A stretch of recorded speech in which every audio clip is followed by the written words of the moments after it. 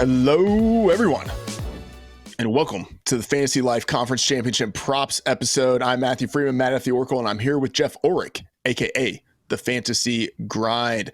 Geoff, we have two games this weekend. What might be the game of the season, and then, of course, just another NFC East matchup not featuring my Cowboys. Two winners go to the Super Bowl. Not to give away too much at the top, but Geoff, who do you think emerges from this weekend victorious? Oh man, put me right on the screws right off the top here. Like, got to pick a winner. I'd look, probably just go chalk here and say Chiefs Eagles. That's probably the most likely scenario, right? In my heart of hearts, I really want to see Bills Commanders. I think that'd be an amazing game, amazing narratives. Some storylines would be the most chaos, but yeah, I'm just going to take the Chiefs and the Eagles. I think that's probably what we're going to get. Yeah, rooting from chaos.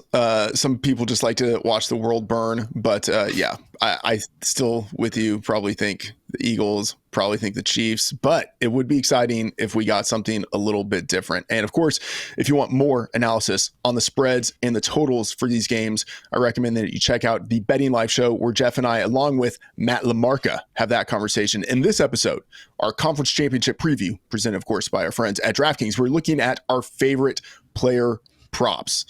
And let's start with the Chiefs versus the Bengals.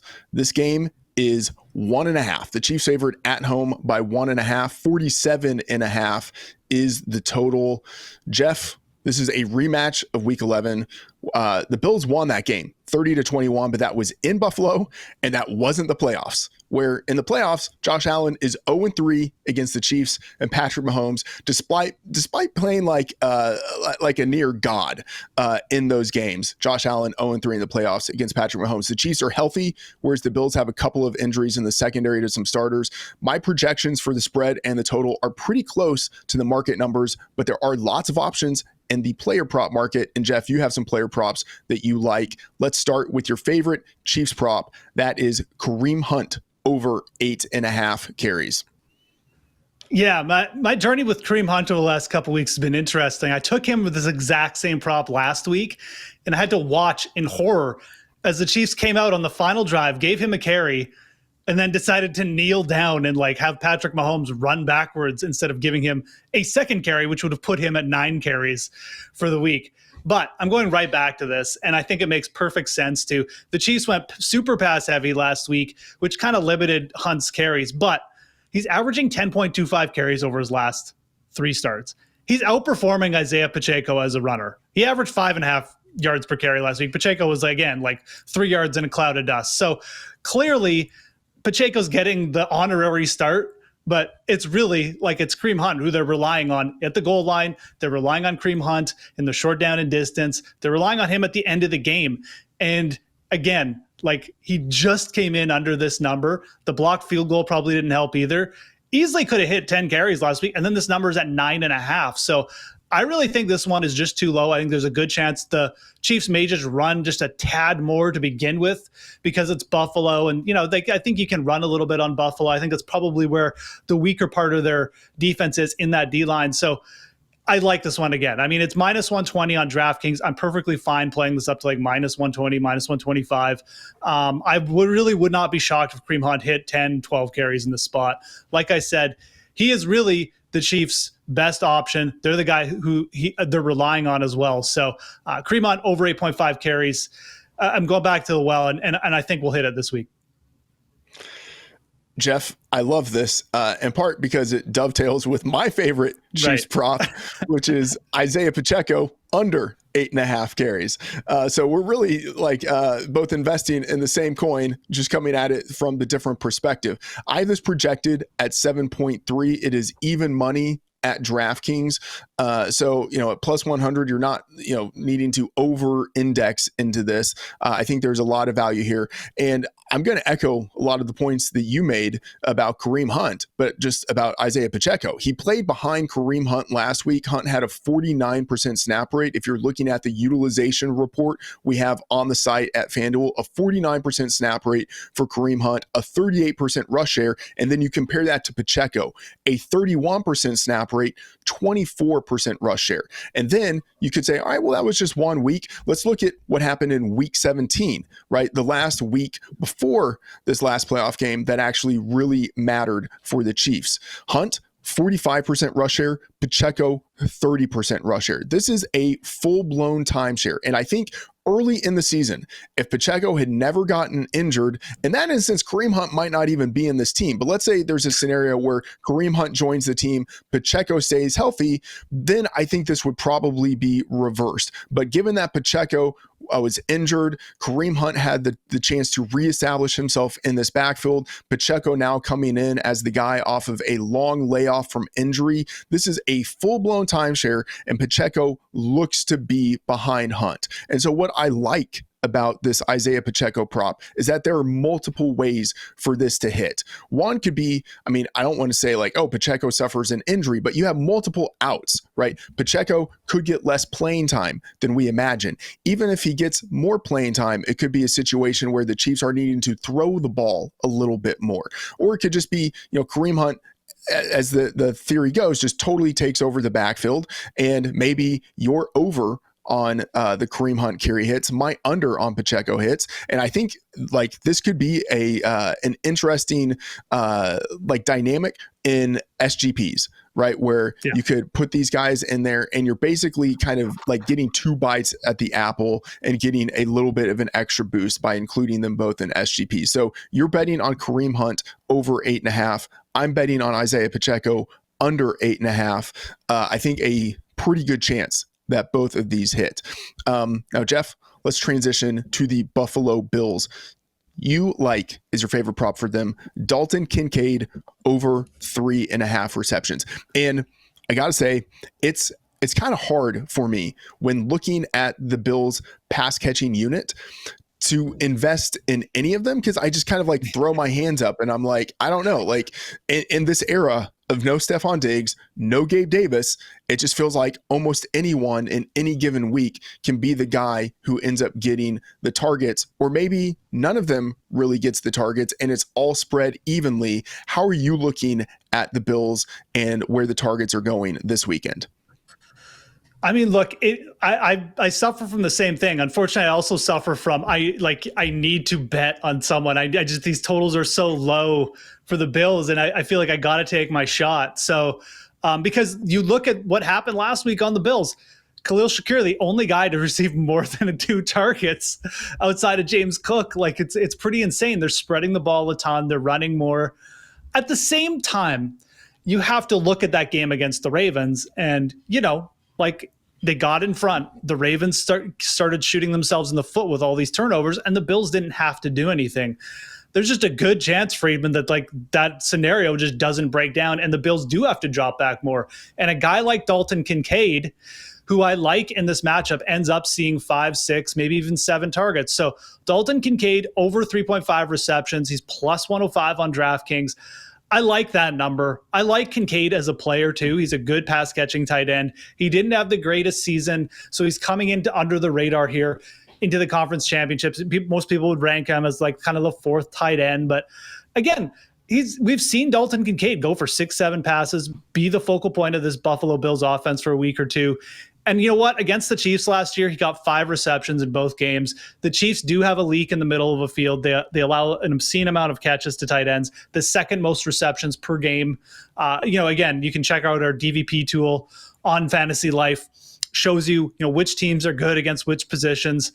The Chiefs really suck against tight ends. So it would not shock me if Dalton Kincaid popped up here and had 4 or 5 receptions in this game and became a little bit of an important player, because again, I don't think this game is going to go like the Ravens game. Patrick Mahomes probably isn't going to turn it over 3 times.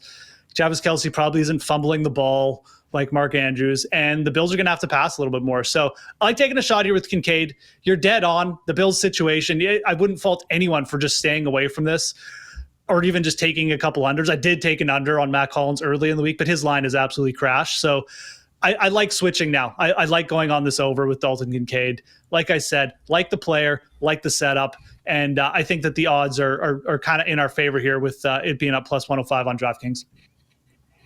Kincaid is one of those tight ends in fantasy this year entering the season. I had a lot of hope for. He didn't get there, but I still feel like there's the potential. Maybe we see him break out a little bit in the playoffs. It would certainly be nice.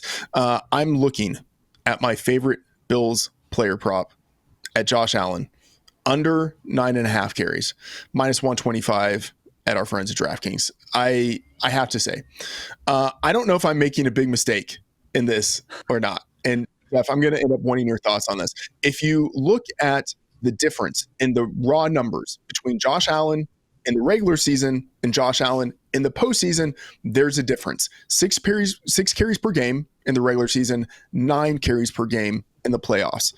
But if you look at the utilization, again, the underlying data, you look at the utilization report that we have at Fantasy Life, Josh Allen has an 8% scramble rate during the regular season, a 7% scramble rate in the playoffs, a 14% designed rush rate in the regular season, and it jumped up a little bit to 18%. But the difference between 14 and 18 is not all that big, especially when you take into account the fact that Josh Allen has scrambled at basically the same rate in the playoffs. So I think in terms of the overall utilization, it's comparable enough to what we have seen in the season to where I don't think we should assume that just because it's the postseason, Josh Allen is going to run a few more times per game. So I think that this number is a little bit artificially inflated just because of a small sample of what we've seen Josh Allen do over the past 2 weeks. Whereas we also have the weight of everything he did during the regular season.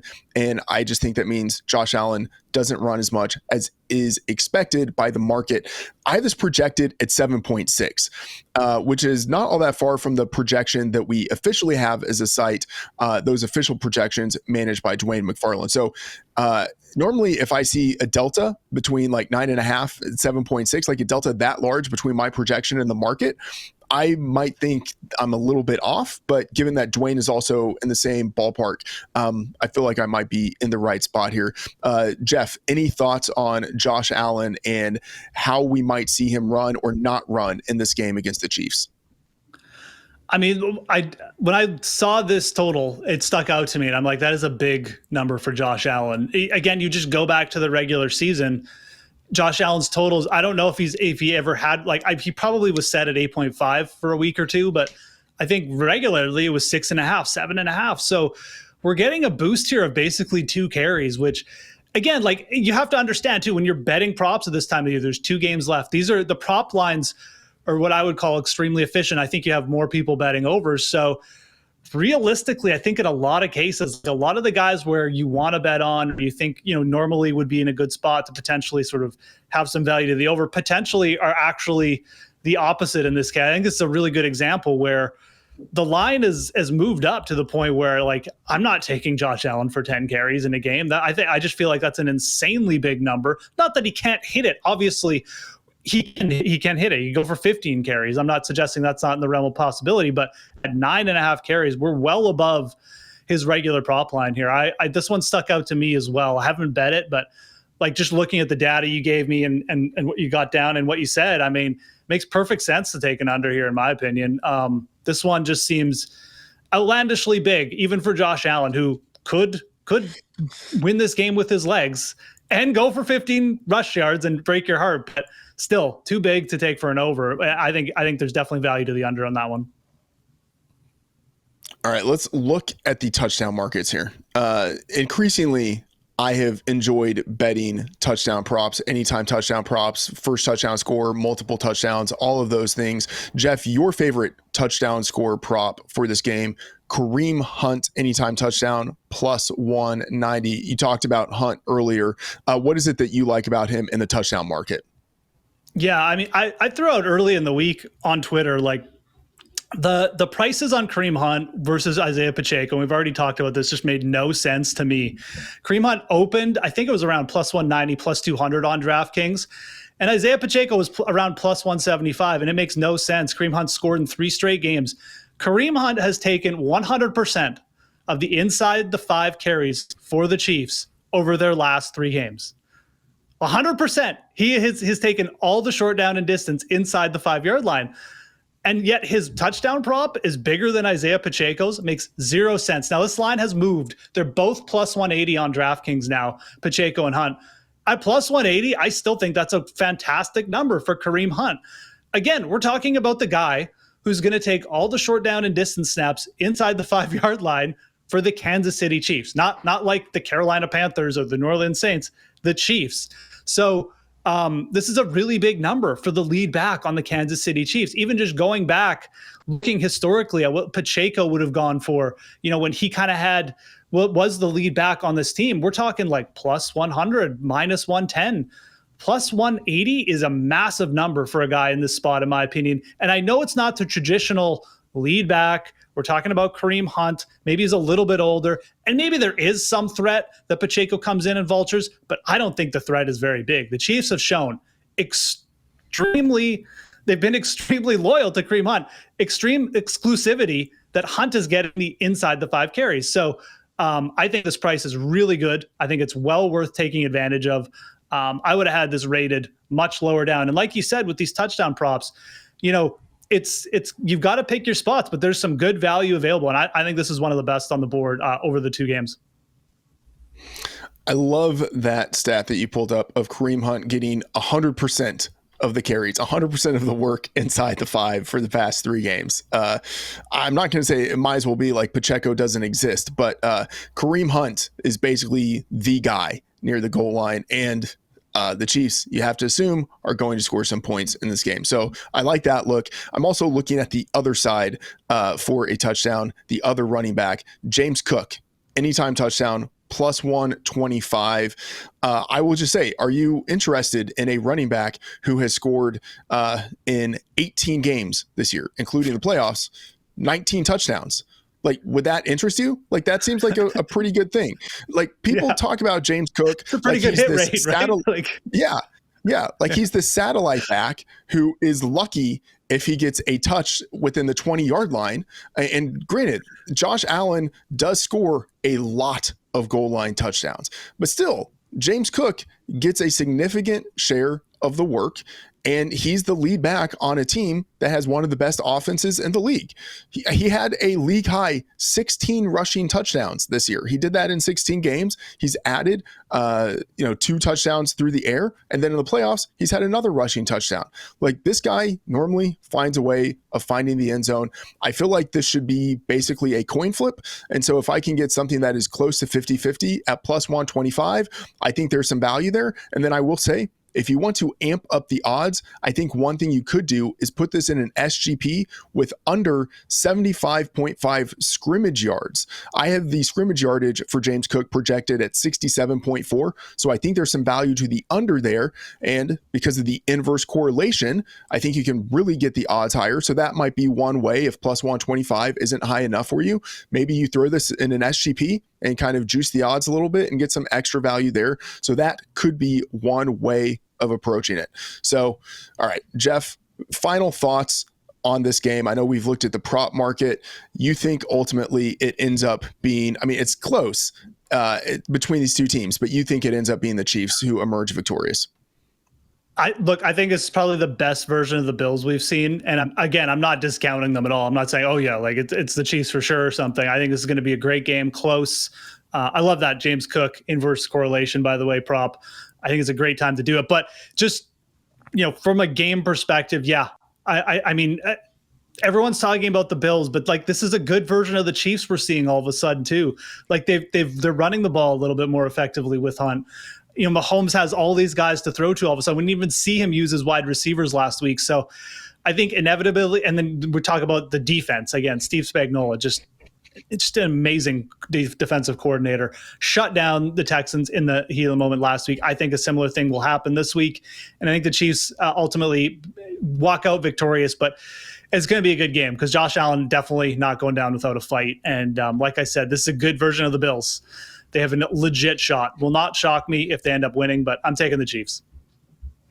Yeah, I just looking at this game, I can't imagine betting against Patrick Mahomes. It's like in the playoffs, you know what I'm saying? I just kind of can't imagine that. I feel like he's officially reached like that peak Brady where it's like you just do not bet against this guy in the playoffs. That said, I mean, the Bills at +1.5. Like, Josh Allen has been great as a road underdog, and it is, of course, we're going to talk about this on the Betting Life show, which people should check out. But +1.5, that is easily teased up to +7.5. And so I feel like it might be a situation where a number of people bet on the Chiefs at -1.5, tease that number up for the Bills, bet on the Bills at +7.5, and the book maybe ends up getting some decent action both ways. So that could be a way that people end up approaching this market. But, I think that number 1.5 at DraftKings, I think that is probably the right number. Of course, this is the nightcap game. We've got a game before that, Eagles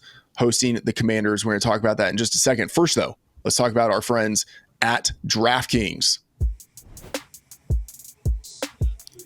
We've got just a few games left this season, with 4 teams battling it out in the conference championships. Get in on the action right now with our friends at DraftKings Sportsbook. They're offering all new customers $200 in bonus bets instantly after betting just $5. Don't let this slip away. Download the DraftKings app now and sign up using the code FANTASYLIFE. The crown is yours.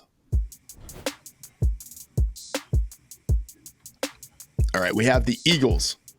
The Eagles hosting the Commanders, a Cowboys fans' absolute worst nightmare. That these two teams are playing each other to go to the Super Bowl while the Cowboys are coachless and considering hiring a Schottenheimer. Just absolutely unreal, run bad stuff. But let's talk about this game. The Eagles, 6-point favorites at home against the Commanders, 47.5. Actually, I believe this is 47.5 is the total in the market for this game. So this is the third game between these divisional opponents this season. The Eagles won 26-18 at home in week 11, but they lost 36-33 in Washington in week 16. But of course, that was the game in which Eagles quarterback Jalen Hurts suffered an injury, exited early. Hurts is dealing with a knee injury, but he practiced fully on Thursday. He will play.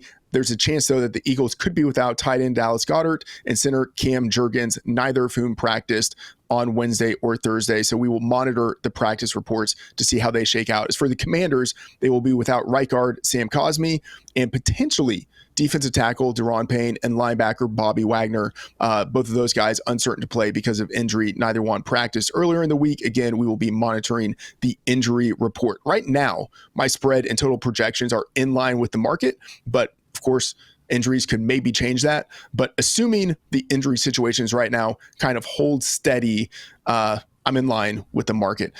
Geoff, of course, though, anything can happen in a divisional game, and anything could include maybe A.J. Brown finally getting some decent receiving yardage in a playoff game if the Eagles end up throwing the ball. Your favorite Eagles prop for this game, A.J. Brown over 61.5 receiving yards. What is it that you like about A.J. Brown in this spot? I already regret putting this on the show and already regret betting it. I mean, I can't not bet A.J. Brown at these levels, though. I'm a moth to the flame. I'm like the bug who just runs into the bug zapper. It's like, oh, A.J. Brown's at a low thing. Let's go. But I mean, realistically, historically, these are just really low numbers on A.J. Brown. This is basically just what it comes down to. Again, I'm going to make the argument here that this is probably a slightly better spot than it was last week, although I thought last week was a good spot for A.J. Brown to potentially get more usage, and that didn't work. He did get 7 targets. It was just really inefficient. So we're looking at A.J. Brown, 61.5 yards. Again, projections on Fantasy Life around the 70-yard mark. We got a good edge there. But you look at the Commanders, A.J. Brown had a lot of success against them. He had 8 receptions on 15 targets, 97 yards and a touchdown back in week 16. That was without Jalen Hurts throwing him the ball. Jalen Hurts maybe banged up a bit. I still put him above Kenny Pickett. So we have that going for us. But you also just look last week. I mean, I think that the Commanders don't really have a number one cornerback. They struggled with Amon-Ra St. Brown. He posted his highest yardage total of the season. But really, this prop just comes down to what you think this game is going to go. If you think Saquon Barkley is going to come out and just absolutely run roughshed and get in the end zone a couple times, and the Eagles are going to cover, probably don't bet A.J. Brown's over. I'm of a different opinion. I trust Jaden Daniels in the spot. I trust that the Commanders will make a game of this again somehow. And I think A.J. Brown will have to be used a little bit, and he'll probably will see 6 to 8 targets again. And I think he'll finally go over these insanely low numbers. So I do think this is a little bit of a, how you see this game going and what your leans are. But I'm taking another shot with A.J. Brown. I'll go down with the ship on this one, Freedman. These are just so low. The reception totals are low. The yardage totals are low. Again, 61.5 on DraftKings, minus 110 to the over. I'm taking one more shot.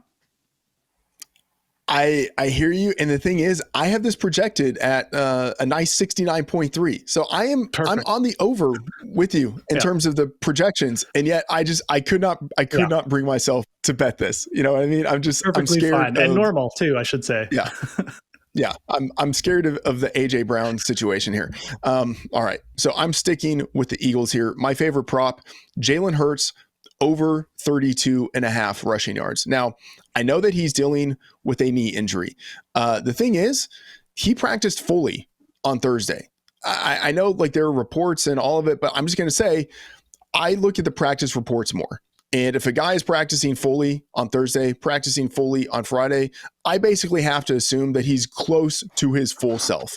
And 32.5 is just such a low number for Jalen Hurts. I have this projected at 39 in his 2 previous games against Washington this year. He had 39 and 41 rushing yards. And in one of those games, he exited after throwing just 4 passes. Like he exited very early in the game, and he still went over the number in that game. He's gone over 32.5 in 13 of 17 games this year.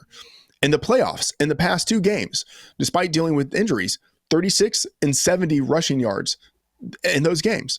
His scramble rate, 7% in the playoffs, 8% in season. So it is similar. The big difference between his rushing rate in the playoffs and his rushing rate in the season is the designed rushes. 14% in the playoffs, 21% in the season. But the big difference there is that he has no carries inside the 5-yard line in the playoffs. And I think that is circumstantial. So I'm not really worried about it. 32.5 is just such a low number for a quarterback of Jalen Hurts' running ability.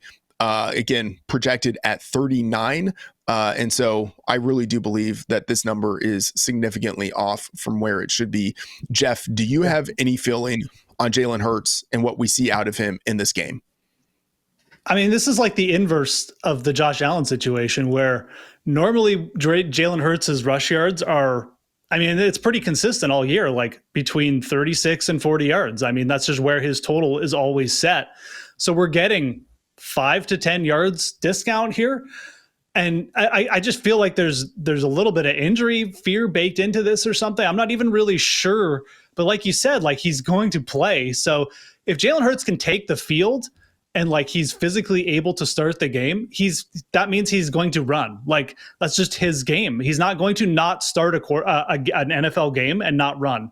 So yeah, I think this is like there's a little bit too much being made of this, and I do feel like that's affected the total. It's also probably affected people betting the over, because obviously this number would move if money was coming in, but it doesn't seem to be the case. So I'm all for buying in on spots like this. I think this is probably overblown.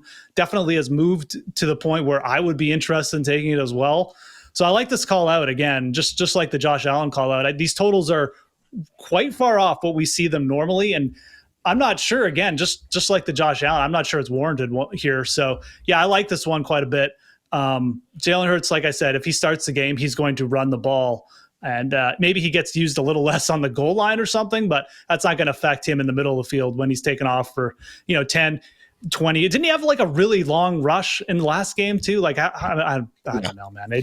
I don't think he's super injured if he's going for like 40-yard rushes. So I like buying into the low total here. All right, going from the Eagles to the Commanders, you are looking at Brian Robinson over 9.5 carries for your favorite prop for Washington. Talk to me about this one. This one also caught my eye when I was looking at the market, and I'm glad that you picked it. Yeah, I mean, he's only gone under 9.5 carries 3 times in 16 games this year. So right off the bat, you're just looking at this and you're like, what is the reason for Brian Robinson all of a sudden having a 9.5 carry total? And I think the reason is just like I said with AJ Brown is a lot of people just think that the Eagles are going to have the ball for the entirety of this game. But, you look at the last two games the Eagles have played, Kyren Williams ran for like 5.5 yards against them and went for 100 yards. Josh Jacobs had a really good game against them, got going late, probably would have had more if, Jordan Love could complete some passes and get some first downs. But the last two lead backs against the Eagles have actually had quite a bit of success. And Brian Robinson, in the last game that they played, only had 24 yards, but he actually had 10 carries in that game. And then the first game they played, he had 15 carries with like 67 yards. He actually had quite a good game. I believe he scored a touchdown in that game too. So we're really at the sort of what I would call the lowest. We're at the lows here with Brian Robinson. And you can't set this number lower than for him for a lead back in a game here.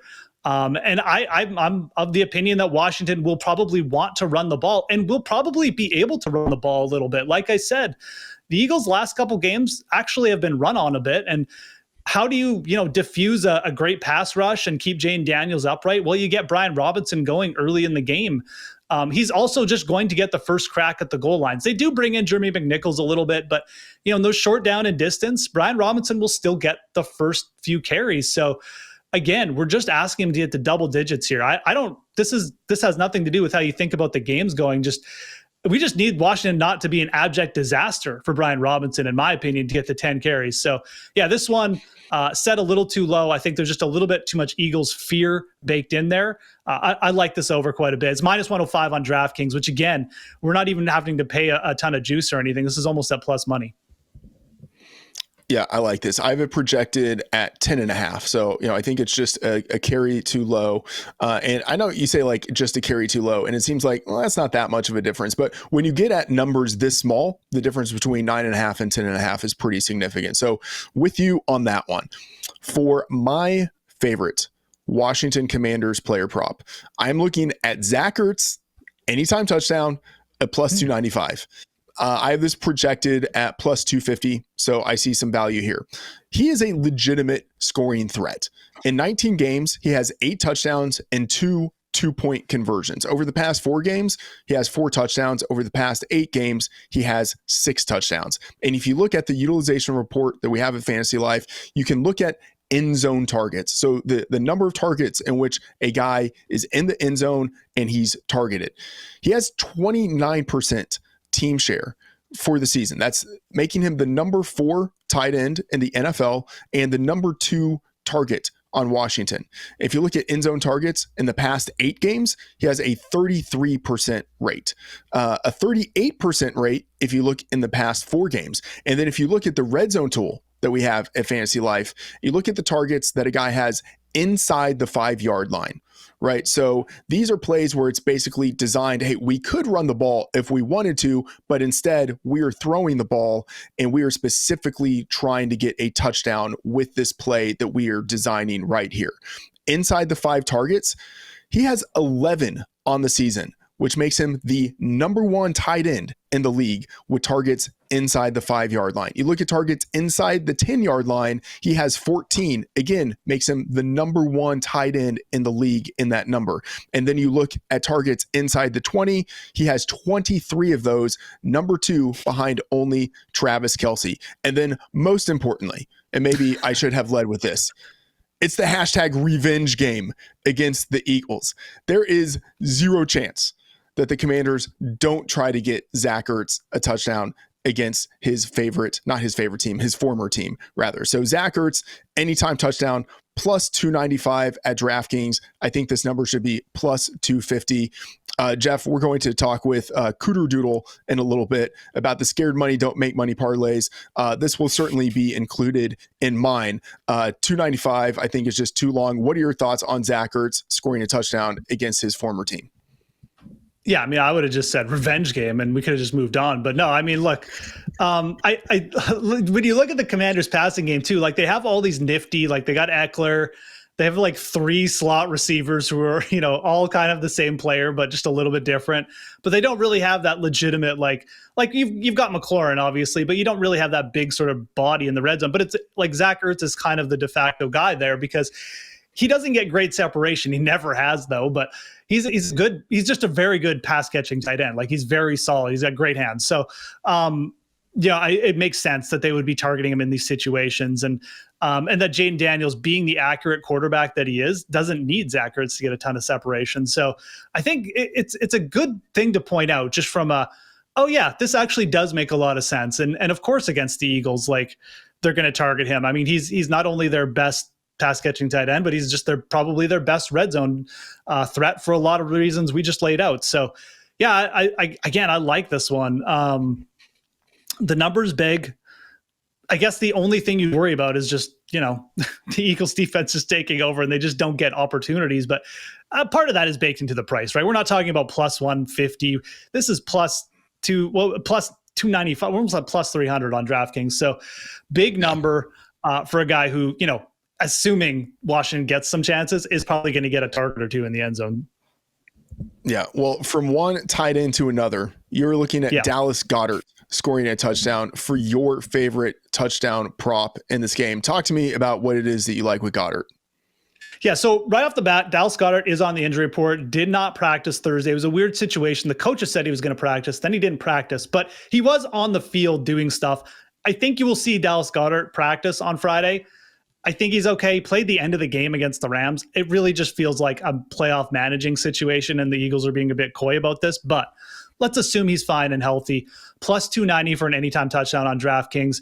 You look at Dallas Goedert over the last 3-4 games, his usage has been extremely strong. 35% target share last week, 20% target share the game before. So right off the bat, like, he's getting good looks. He's got an efficient connection with Jalen Hurts. And I love this matchup. Washington, for whatever reason, struggles against tight ends in the red zone. 8 touchdowns allowed to tight ends in the regular season. They allowed a touchdown to Sam Laporta last week. I think Dallas Goedert, too, is just a slightly underrated receiver. He's very good after the catch. And again, like, he's sort of being featured right now in this Philly offense. So a little bit of an underrated story. I think that both these tight ends are actually in really good spots. So maybe you could, I don't know, you get real sick and just parlay, do some kind of tight end parlay here with both of them. But I like Goddard just slightly more than Ertz. I mean, he is on the team that's favored. Eagles have the bigger implied team total. Similar number at plus 290, but yeah, I like this player. I like the spot for this player as well. So maybe we'll talk about him a little bit more in a sec too. Yeah, you would have to be really sick to do the Dallas Goedert, Zach Ertz touchdown parlay. But I mean, you can imagine it. You can see how it happens. One thing that isn't hard to imagine is Saquon Barkley scoring a touchdown. And I will say, I'm no hero. Okay, I'm not trying to be like, hey, look at what I'm doing at long odds. All right, I leave that to Cooterdoodle. All right, but Saquon Barkley, anytime touchdown, minus 220 at DraftKings. I just have to say, these odds are not short enough, and that's why I wanted to highlight this bet right in this spot. I think that sometimes it's just hard for sportsbooks to accurately price the guys who are really likely to score touchdowns, and that is Saquon Barkley. I think I have him projected for 0.91 touchdowns in this game, which means I have him with a close to a minus 350 odds for scoring in this game. So I see significant value from minus 220 to the minus 345, minus 345, where I have him projected. Rushing yardage, if you look at the prop, minus 128, sorry, not minus 128, 128 and a half yards is what we have for his rushing prop. His scrimmage yardage prop, an outrageous 146 and a half yards. That's a real number that a sportsbook is posting. And the thing is, like, it would be hard to look at that and say, yeah, that's obviously wrong, right? But it would be hard for a guy to hit those numbers and not score a touchdown. And you look at what Saquon did against the Commanders earlier this year, 150 yards from scrimmage, 2 touchdowns, 198 yards from scrimmage, 2 touchdowns. Again, hard for a guy not to score if he approaches those yardage totals. And I'll just say, minus 220, by far the best odds in the market. So we get some really strong line shopping value there. And then you just look at what Saquon has done throughout the season. 17 touchdowns in 18 games. That's pretty good. And if you want to really rocket up the odds, if you want plus money here, you can do plus 250 for him to score multiple touchdowns. And if you look at the way that Saquon has scored his touchdowns this year, it happens in bunches. 7 times in 18 games, he has scored multiple touchdowns. So I will say Saquon Barkley, anytime touchdown, I think that there is value at minus 220. All right, we're going to get to some futures first, though. Let's talk about our friends at New Era.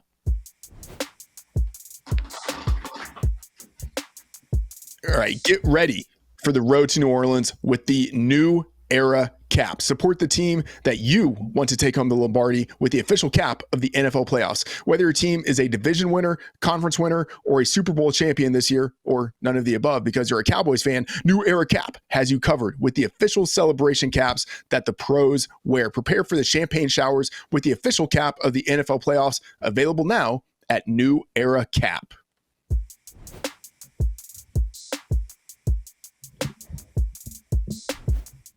All right, Geoff, it wasn't enough for you to talk about Dallas Goedert scoring a touchdown in this game.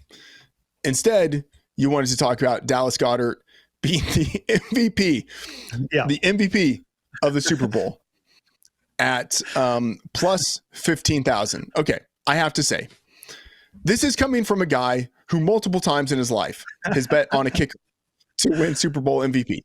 So I can't say anything to anybody about anything. That said, I cannot with this bet of Dallas Goedert winning the Super Bowl. I mean, what are the things that have to happen? Like, what are the circumstances that need to conspire for Dallas Goedert to win Super Bowl MVP? Does he need to like run in multiple touchdowns? Like what happens? What is the case here for Dallas Goedert winning Super Bowl MVP? So, okay. I mean, if he actually wins, I think 100 yards and a touchdown, maybe like 80 yards, 2 touchdowns. Saquon stays out of the end zone, which again, you know, it has happened this season. These things do happen. Again, you look to the Steelers game as a potential sort of, you know, where Saquon was kept, where Jalen Hurts dropped back 32 times. Again, there is a reason why Dallas Goedert is plus 15,000, but you can get these big odds because nobody wants to bet on anything happening with the Eagles passing game. And you look at where like the Super Bowl is going to be in a dome. I think that may just lend itself more to sort of these open field plays where Dallas Goedert could potentially break some sort of 40-yard touchdown, get a big play going. And again, I just come back to the player here a little bit. If someone in this Eagles offense is going to go off as a pass catcher, it may just be Dallas Goedert. The target share the last 3 or 4 games has been extremely strong. He's averaging about a 24% target share. These are like elite sort of primary receiver target numbers. Maybe Jalen Hurts, like I said, passes 8 or 10 more times because we're in a dome because he's playing the Chiefs or something. That could happen. And speaking of the Chiefs, I mentioned this earlier in the show, but if he is going to play the Chiefs, it's a fantastic matchup. They allow the second most receptions per game to opposing tight ends. So we have that. Dallas Goedert, very good after the catch, underrated. He had a 170-yard game this year, Freedman. Did you remember that game where Dallas Goedert went for 170 yards? So we've got some historical context that the dude can actually go off. He has had games where he's had 100-plus yards and a touchdown. He's had 2 other games since the start of 2022. He had 6 catches versus the Chiefs in Super Bowl 2022. I don't know. I just look at this. It's a plus 15,000. It's not going to happen. But you know what? If the Eagles get to the Super Bowl, you're going to be sitting there with the Dallas Goedert ticket at plus 15,000. And you can be like, you know what? Now I got something great to cheer for. I can just cheer for Dallas Goedert here. I don't have to think about anything else. So that's what I'm doing. I already bet this because, again, I'm an insane person. But I think this would actually be fun to sweat. I do think the idea that they're in a dome in New Orleans kind of just boosts him up just a little bit, enough to where, it's enough for me to take. So that's my Dallas Goedert pitch. All right. I like it. It's a great degen bet. All right. So I'm looking at, in the futures market, the AFC to win the Super Bowl, minus 130 odds. We're like on opposite extremes here. Like you're looking to be hero. I'm just looking for something that I think has a pretty good chance of cashing. Let's start here. There's a chance that the Chiefs or the Bills could play the Commanders in the Super Bowl. All right. I love Jaden Daniels. I love what Washington has done this year, but they would be big dogs in that game. So minus 130 would be great value in that scenario. And the Commanders do have a chance of upsetting the Eagles, given that this is their third divisional game this year. And then, of course, if Buffalo beats Kansas City to get to the Super Bowl, the Bills will almost certainly increase their power rating, maybe be near +10. So they could be favored by almost a field goal against the Eagles. And then if KC beats Buffalo, then I get Mahomes in a Super Bowl going for the historic three-peat. I haven't bet it yet, but I am very much thinking about it. All right, let's get to our friends at Bud Light. And then after that, the Scared Money Don't Make Money parlay with our friend Cooterdoodle. Sunday. Time to suit up. This is like half zips, kind of a quarter zip. And sacrifice your body. This is fun. Because no matter how hard you football, it's easy to Sunday. All right, it is time for the Scared Money Don't Make Money parlay with Cooterdoodle, presented by our friends at DraftKings. All right, I wouldn't say this is the highlight of the show, although it might be, if we're being honest. It's the lowdown part where we dig deep and get as degenerate as we feel like we can. Of course, I'm a little bit of a scaredy cat, so I'm probably not as degenerate in where I'm going with my parlay as some of the other people on the show, specifically Cooterdoodle. How is it going? Oh, it's going great. And look, scared money don't make money. So here's what we're going to do. And I want you to feel, comfortable here, right? We've got plenty of bets for the week, but let me tell you a few things, Freedman. When you make a scared money bet, you got to make sure that the odds are never in your favor. That's a huge one. And the second part of it is the narratives are everything. We talked about this with Geoff last week, and we did hit our 15,000 plus with Mark Drumheller's bet. So I'm hoping we can follow it up this week. So here we go. I want to paint the scene for you guys because we only have 2 games. So if we're going to make a crazy bet, this is how we're going to do it. I want you to imagine Commanders are going to win. And the way they're going to do it is they're going to stuff Saquon Barkley. He's not going to get anywhere. Jalen Hurts is not going to be able to pass the ball, right? But they're going to win. And this is how. We got Washington Commanders money line. We've got Jaden Daniels rushing yards over 54.5 because we know he's going to move the ball with his feet. Jalen Hurts interceptions over 0.5. Jalen Hurts passing yards under 183.5. Kenneth Gainwell is going to get a couple yards there. We're going to go with the over 11.5. And then Jaden Daniels, he's going to have 2 passing touchdowns at least. Saquon Barkley, like I said, he's going to get stuffed. So under 128.5 yards rushing. And then the total under 47.5. How scared does that make you, Freedman? I like the idea that you are building the narrative for it. You're coming up with the thesis for how it is that we get there. I actually like this idea. I think you got pretty good correlation on all of this. Commanders money line and the under, and then how all of these things sit. I like it. I'm not super scared of this one. And of course, I do like the idea of having the narrative, it matters, and the odds never being in your favor. So I think this is well done. Geoff, what is your scared money don't make money parlay for the conference championships? So a couple things. I just think it's funny that Mark Drumheller hit a plus 15,000 parlay. We didn't even invite him back to the show. I'm going to call mine the Mark Drumheller Memorial Parlay here. But my other narrative, because we talked about this with Cooterdoodle last week, I didn't really have a narrative for my parlay. It's probably why it didn't hit. It also just sucked. But my one this week is just called the Chiefs Are Inevitable parlay. So I'm going to the other game, same game, the Bills and the Chiefs. And funnily enough, my parlay is the exact same odds as Cooterdoodle. So maybe there's some good juju here. Plus 17,000, but 5 picks. Dalton Kincaid, 50 plus receiving yards. Josh Allen, 225 plus passing yards. So, the Bills are going to be behind. They're going to be passing a lot. Kincaid is a good matchup. Then I took the Chiefs on the spread, minus 1.5, because, again, the Chiefs are inevitable. And then I took Kareem Hunt, 2+ touchdowns in the game. So, and I also took Dalton Kincaid to score a touchdown. So I'm expecting a little bit of points. I'm expecting Kareem Hunt to get it going on the ground, and I'm expecting the Chiefs to get there. But I think it's going to be a closer, high-scoring game. Again, narrative, plus 17,000. I thought these odds were pretty good. I don't know. Probably not in my favor, but that's okay. That's, again, what it's supposed to be. It's not supposed to be. Money parlay. That's it. Yeah. Cooter, what do you think of this? Does this feel like sufficiently in the wheelhouse of scared money don't make money? Oh, absolutely. Because the thing, it gets tricky when you don't have all these games where you can sprinkle in anytime touchdowns from players, through 16 games. So I love the Kareem Hunt 2+ touchdowns there. I love it because that's what this is all about. Is it going to happen? Who knows? But we're going to sweat it out together.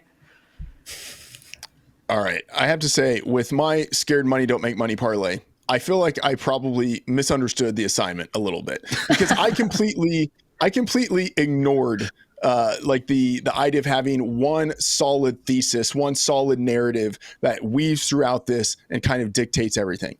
And Cooter, I will say, the first leg of mine is going directly against yours. I'm looking at Saquon Barkley scoring multiple touchdowns. And I'm going to say the legs that I've included here, I've talked about earlier in the show, but Saquon has scored multiple touchdowns in 7 of 18 games, 19 games rather, this year. So it's something that he's done a lot. And then you have Zach Ertz, anytime touchdown, the hashtag revenge game of Zach Ertz going against the Eagles. So I've got that narrative. And then James Cook, anytime touchdown. I feel like Cook is one of the most underappreciated scorers in the league, where everyone talks about how great Josh Allen is at the goal line. Josh Allen stealing touchdowns. And of course that happens. But James Cook scored as many touchdowns as any other running back in the league this year.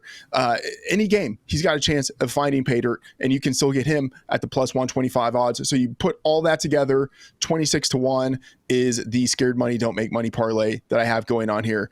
Cooter, I know that these odds aren't as long as the ones that you and Geoff have. I know that I don't have in one game sort of like the prevailing narrative that goes through, but what do you think about this?